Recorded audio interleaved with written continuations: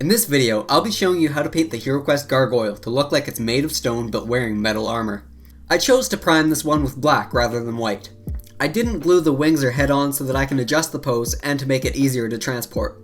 And because my whip is a copper wire, I tried to help stop paint from chipping by applying this gloss gel, even though it really didn't make a difference in the end. For a base coat, I used Dark Reaper. This went on all exposed stone and skin areas, the wings, face, and arms and legs. Once that dried, I created stone texture with a sponge, or in my case, a piece of Warhammer packaging. I used this to dab on Dawnstone, and this gives it a rough texture while also leaving the recesses untouched.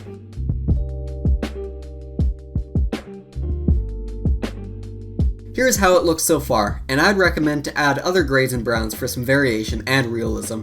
For the whip, I used Dryad Bark, though it came out too dark, and so I put Gorthor Brown on it later. Dryad Bark also went on the leg armor straps and the back straps. Next, Gorthor Brown was used on the belt around his waist.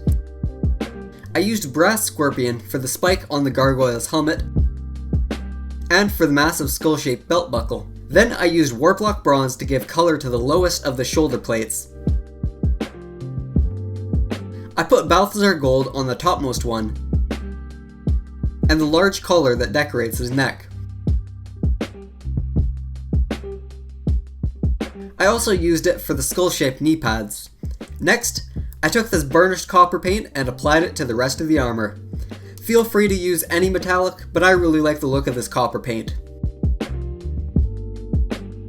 A bamboo skewer held the head in place for me to paint the metal horns with Hachette copper.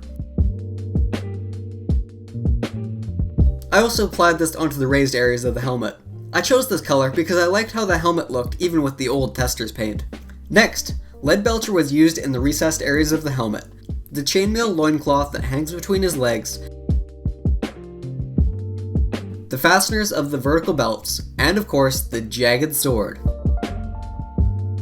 Moving on to the base, I first coated it with PVA glue and dipped it into the container of fine sand.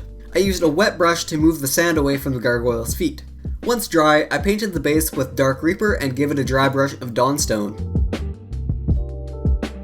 With a small brush, I carefully laid Screamer Pink onto the gargoyle's tongue, and used Ushabti Bone for the teeth. This same color went on the claws and wingtips too. To complete the head, I shoved Evil Sun Scarlet into the eyes and let it go beyond the eye sockets for a bit of a glow effect. Now for my favorite part, adding the shade. This time I put Agrax Earthshade over the entire model to add depth to the armor and make the stone look like it's dirty.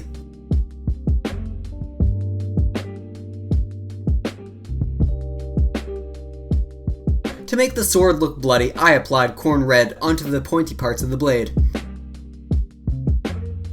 For some more decoration, I used PVA glue and some of this green flocking to add moss onto the gargoyle's leg. After painting the edges of the base black, here is the final product. I'm really happy with how this turned out, and he looks amazing when placed beside these pillars that I made. Thank you everyone so much for watching this video. If you liked it, please do give me a like and a sub, because that really helps me out, and I will see you all in the next video. Goodbye!